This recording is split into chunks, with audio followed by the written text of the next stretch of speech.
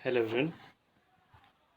तो आज हम स्टार्ट करेंगे अपना chapter number 7, that is tribes, nomads and settled communities. जैसे नाम से ही पता चल रहा है, हम यहाँ पर को ट्राइब्स के बारे में देखने वाले हैं। ये वो ट्राइब्स हैं जो एक टाइम पे इंडिया के डेवलपमेंट पे सपोर्ट भी कर रहे थे, लेकिन करंट टाइम पे देखें तो वो करंट लीग का हिस्सा नहीं है, हमारे मेन धारा का हिस्सा नहीं है, मेन करंट का हिस्सा नहीं है, मेन स्ट्रीम का पार्ट नहीं है। लेकिन फ़िलहाल अभी हम यहाँ पर को मॉडर्न एरा की बात नहीं करने वाले हैं। यहाँ पर हम मेडाइवल एरा की बात करने वाले हैं कि मेडाइवल एरा में ट्राइब्स के साथ क्या प्रॉब्लम्स चल रही थी, ठीक है, कौन कौन सी ट्राइब्स थी, क्या वही सब जो हम पिछले सेकेंड थर्ड फोर्थ चैप्टर में हमने देखा कैसे नए स्टेट्स डेवलप हो रहे थे, कभी कोई स्टेट्स डिक्लाइन भी हो रहा था, नया बॉर्न हो रहा था। तो उस बीच में हमने ये भी देखा कि कैसे क्राफ्ट पर्सन्स थे, आर्ट थी, किस तरह से वो डेवलप हो रही थी। तो यहाँ पर को हमने देखे पॉलिटिकल, सोशल, इकोनॉमिकल चेंजेस आए, ठीक है, लेकिन हम अभी तक ये नहीं समझ पाए हैं कि क्या ये चेंजेस हर जगह पर सेम थे।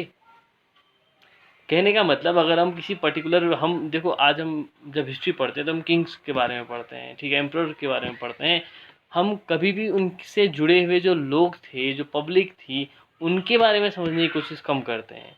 हालांकि एनसीईआरटी हमको पूरा मौका देता है उसको समझने का कि वहाँ पर के जो लोग थे उनके साथ क्या सीन चल रहा था, ठीक है, वहाँ पर को क्या फिनोमेना था। तो हम यही चीज़ समझने की कोशिश करेंगे कि क्या हर जगह पे जो चेंजेस थे वो इक्वल थे, या सोसाइटी में बाइसनेस भी थी।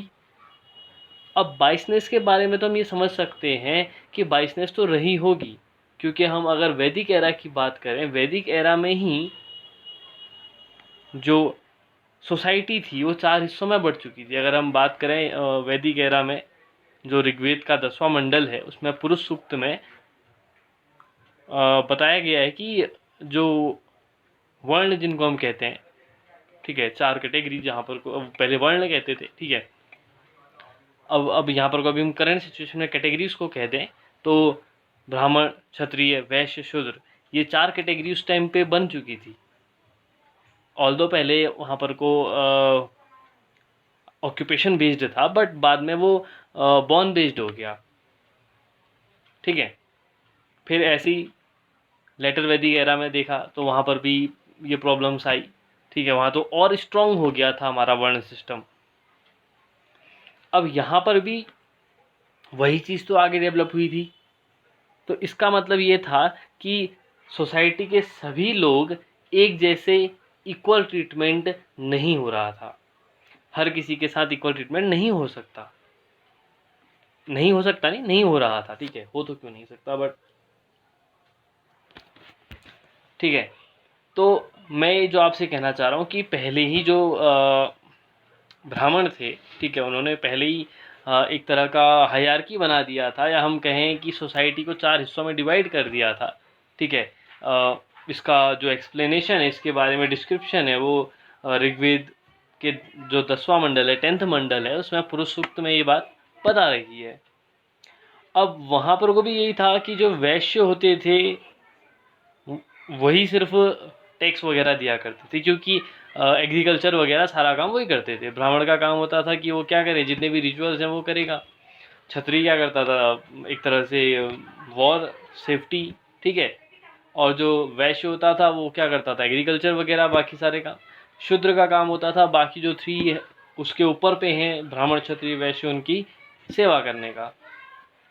अब यहाँ पर को भी हम देखेंगे कि क्या जो कैटेगरी थी या फिर जो हिस्से करे हुए थे, क्या वो उनके साथ इक्वल ट्रीटमेंट हो रहा था, कितने तरह के वहाँ पर को ट्राइब्स थे, वो कैसे, उनके साथ ट्रीटमेंट कैसा था, ठीक है, ये सब हम यहाँ पर को इस पूरे चैप्टर में देखने वाले हैं, ठीक है स्टूडेंट्स। तो स्टार्ट करेंगे, ठीक है। थोड़ा बहुत तो मैंने आपको यहाँ पर बता दिया अभी इसमें क्या बोलने वाला है। देखो, you saw in chapters 2, 3 and 4 how kingdoms rose and fell. Even as this was happening, new arts, crafts and production activities flourished in towns and villages. Over the centuries, important political, social and economic developments had taken place, but social change was not the same everywhere. What I said earlier, the same thing. Social changes was not the same everywhere because different kinds of societies evolve differently. It is important to understand how and why this happened. अलग अलग जगह में अलग अलग तरह के लोग थे, अलग अलग तरह के लोग डेवलप हुए, ठीक है। ऐसा क्यों हुआ?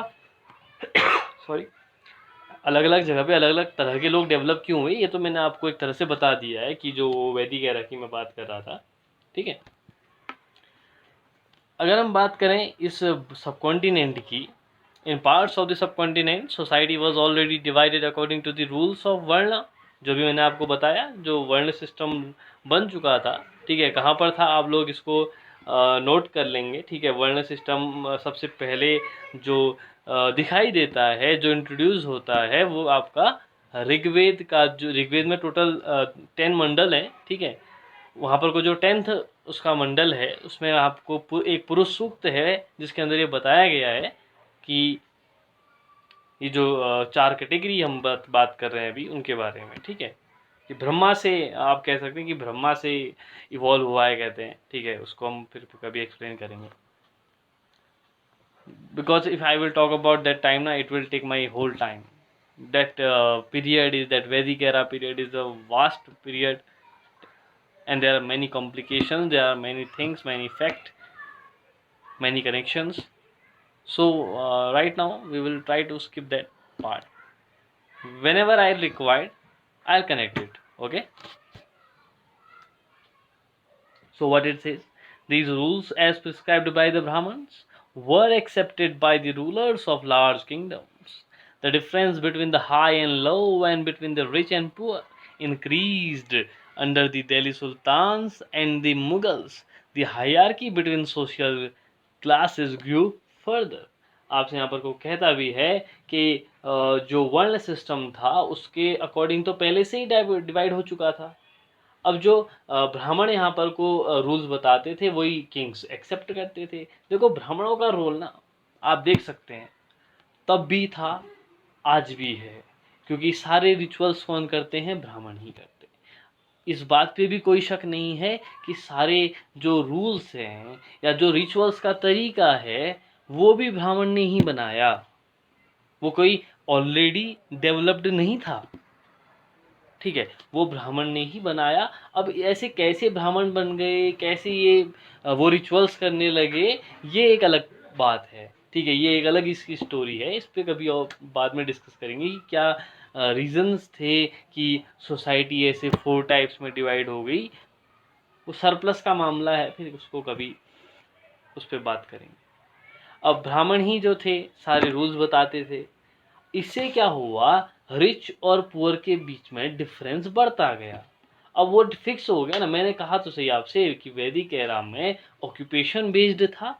मतलब ब्राह्मण जो था वो अपना अगर ऑक्यूपेशन बदल दे, अगर वो क्षत्रिय का ऑक्यूपेशन कर ले तो वो क्षत्रिय बन जाता था, क्षत्रिय वाला वैश्य बन सकता था, वैश्य वाला ब्राह्मण बन सकता था, ठीक है। ऑक्यूपेशन बेस्ड वर्ण सिस्टम था। बट लेटर वैदिक एरा में आते आते ये बहुत स्ट्रॉन्ग वर्ण सिस्टम बन गया। कैसे बन गया? ये बॉर्न बेस्ड हो गया। बॉर्न बेस्ड मतलब भाई पैदा, हमने जब बच्चा पैदा हो रहा है हमने पहले ही फिक्स कर दिया कि भाई ये जो बॉय है या गर्ल है ये ब्राह्मण है, क्षत्रिय है, वैश्य, शूद्र है। अब आज देखो, आप देख सकते हो कि ये चीज़ें बॉर्न बेस्ड जो लेटर वैदिक एरा यानी कि अथर्ववेद के टाइम पे हम कह सकते हैं, अथर्ववेद भी क्या कहें, ऋग्वेद के बाद जो सामवेद, यजुर्वेद, अथर्ववेद, इस टाइम पे आते आते जो ये स्ट्रॉन्ग सिस्टम था ये कुछ ज़्यादा ही स्ट्रॉन्ग हो गया। आप आज भी देख सकते हैं कि जो वर्णा सिस्टम है ये बॉर्न बेस्ड है, बट ऐसा नहीं था ऋग्वेद में यानी कि वैदिक एरा में। वैदिक एरा जब मैं बात करूं तो वैदिक एरा का मतलब है ऋग्वेद के टाइम की बात करूंगा, और लेटर वैदिक एरा की बात अगर कहूं तो उसका मतलब है कि मैं बाकी जो 3 वेद रह गए उसके बारे में बात कर रहा हूं। ओके, तो ये बात थी कि पहले ऑक्यूपेशन बेस्ड था, फिर बॉर्न बेस्ड हुआ और इतना स्ट्रांग हो गया कि धीरे धीरे आप देखते तो हैं, तभी तो जब ये इतना स्ट्रांग हुआ जो वैश्य और शूद्र थे ये तो काफ़ी नेग्लेक्ट हो गए, ये मान के आप चलिए। और धीरे धीरे इसीलिए तो फिर आप बाद में ये जो लेटर वैदिक एरा फिनिशिंग की ओर होता है तो आप देखते हैं कि जैनिज़्म, बौद्धिज़्म ये जनरेट होते हैं। ठीक है, हम बुद्धा के बारे में सुनते हैं, महावीर स्वामी के बारे में सुनते हैं, और ये लोग कौन थे? जो कास्ट सिस्टम को बिलीव नहीं करते थे। हाँ, महावीर स्वामी के बारे में हम कह सकते हैं, वहाँ पर हम कह सकते हैं कि कास्ट सिस्टम पे थोड़ा सा था, वहाँ पर कुछ हल्का सा था, उसका ग्लिम्स दिखता है, बट बौद्ध सिस्टम पे तो आपको कास्ट सिस्टम पूरा ही नहीं था। इसी वजह से तो जैनिज़्म और बौद्धिज़्म में ज़्यादातर लोग उस धर्म को, उस रिलीजन को एडप्ट कर पाए थे, क्योंकि वो रिलीजन सॉफ्ट था। वहाँ पर कोई ऐसी बाइजनेस नहीं थी जैसी हमारे, आप कह सकते हो कि हिंदू रिलीजन में थी, इसीलिए लोगों ने उसको चूज़ किया। अब देखो यही चीज़ है, सब्जेक्ट ही कुछ ऐसा होता है कि आप एसएसटी है, ठीक है, लीग बदल जाती है, ठीक है, हम ज़्यादा ही हिस्ट्री में चले गए इसके, ठीक है, बात करेंगे इसको तो अब डिस्कस करेंगे तो ये तो बहुत ज़्यादा टाइम लेगा, ठीक है। Beyond big cities, tribal societies, जो बड़े शहर थे उनके पीछे एक जनजातीय सोसाइटी भी थी, मतलब मीन्स ट्राइबल सोसाइटी भी थी, ठीक है। ट्राइब्स मतलब जनजाति जिसको हम कहते हैं, ओके। तो उस बड़ी शहरों के पीछे एक ऐसा सोसाइटी भी छिपा हुआ था जो मेन स्ट्रीम से अलग था। There were however other kinds of societies as well. Many societies in the subcontinent did not follow the social rules and rituals prescribed by the Brahmins, nor were they divided into numerous unequal classes. Such societies are often called tribes. तो tribes की definition भी आप यहाँ पर को कह सकते हैं। ये ट्राइब्स देखो मैंने कहा ना, ट्राइब्स कौन है? जो मेन स्ट्रीम से अलग है। इसका मतलब मेन स्ट्रीम से ही अलग है, तो मेन स्ट्रीम में जो क्लॉजेज हैं, मेन स्ट्रीम में जो बाइफर्केशन है ट्राइब्स का, जो डिवीज़न है ट्राइब्स का, उसको तो नहीं मानेंगे, उनके रिचुअल्स को भी नहीं मान। आज भी ऐसा होता है कि इंडिया में बहुत सारी ऐसी ट्राइब्स हैं जो मेन स्ट्रीम से अलग हैं, वो उनके रिचुअल्स को नहीं मानते, उनके अपने अलग रिचुअल्स हैं। आप उत्तराखंड में देखेंगे बहुत सारी ट्राइब्स हैं, भोटिया है, जौनसार है, राजी है, ठीक है। तो ऐसे बहुत सारे उनके अपने रिचुअल्स हैं, ठीक है। रिलीजन हो सकता है सेम हो, जैसे हम राजी की बात करें तो राजी एक ट्राइब्स है जो मेनली पिथौरागढ़, नैनीताल और चंपावत ये जगहों में मिल जाती हैं, और ये होने को तो आपका हिंदू ही हैं, बट बाइफर्केशन जो हिंदू में है, जैसे ब्राह्मण, क्षत्रिय, वैश्य, शूद्र डिवीजन जो है वो वहाँ पर नहीं देखने को मिलता है, उनके अपने रिचुअल्स हैं, ठीक है। और ऐसे ही लोग जो मेन स्ट्रीम में न होकर अलग होते हैं और उनके रिचुअल्स को नहीं मानते हैं, उन्हीं लोगों को तो सोसाइटी में क्या कहा जाता है? ट्राइब्स कहा जाता है।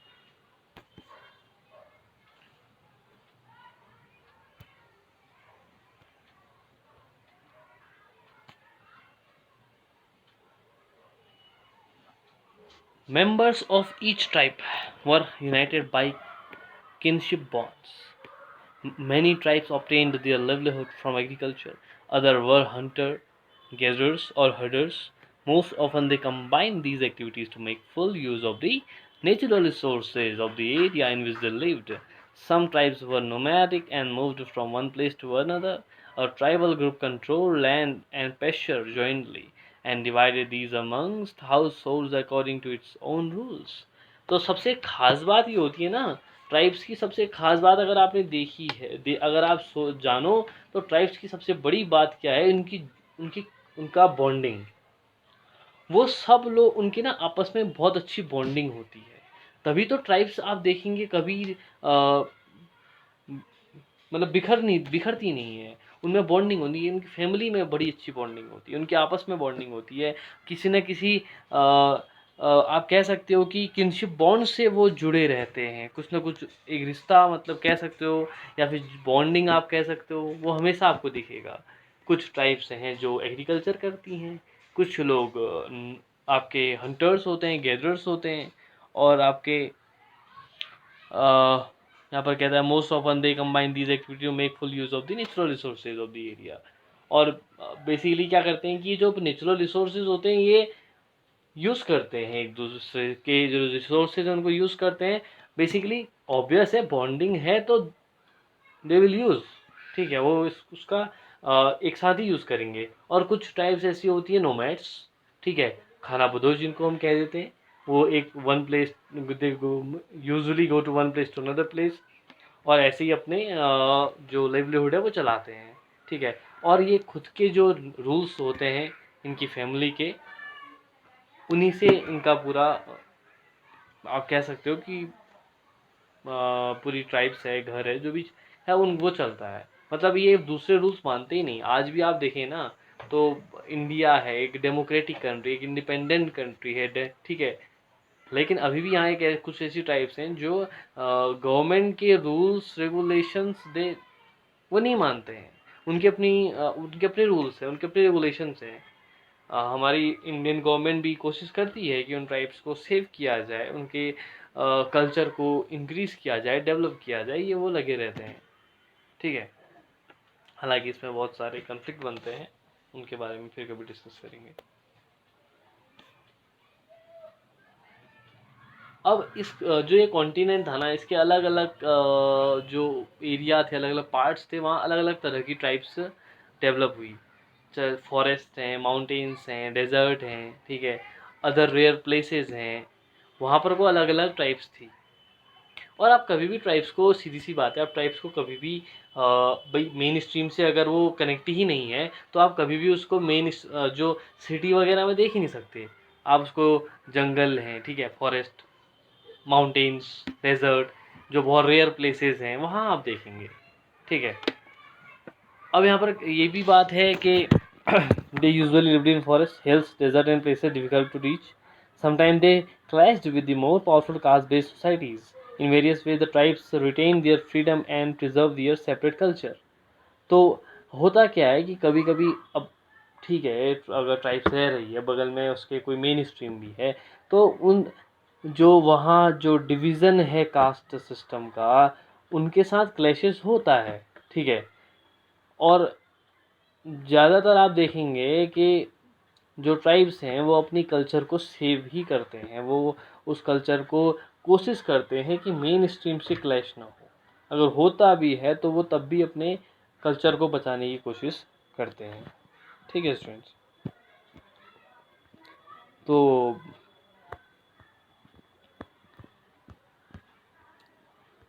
अभी फ़िलहाल आपको हम इसको हम इतना ही लेके चलते हैं, ठीक है।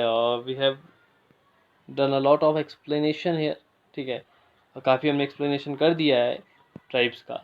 अब हम बात भी करेंगे कि कौन थे, कहाँ पर को कौन थे, ठीक है, यहाँ पर को बताया भी है, ठीक है। कुछ ट्राइबल पीपल के बारे में बता रखा है, ठीक है, कुछ इम्पोर्टेंट ट्राइबल्स के बारे में यहाँ पर होगा। मैं आपको कुछ अलग अलग ट्राइब्स के बारे में बताऊंगा भी, कौन कहाँ पर था, कौन कहाँ पर था, ठीक है। तो यहाँ पर को कई चीज़ें देखने वाले हैं, ठीक है। अहोम हैं, गडरिये हैं, ठीक है, अलग अलग ट्राइब्स हैं, ठीक है, उनके बारे में हम यहाँ पर को देखेंगे। तो ठीक है, यहाँ पर तक की बात आपको समझ में आ गई होंगी। कुछ आपको इम्पोर्टेंट लगेगा, लगेगा, ठीक है, मोस्ट प्रोबेबली लगेगा, तो आप उसको नोट डाउन कर लेंगे। Okay students.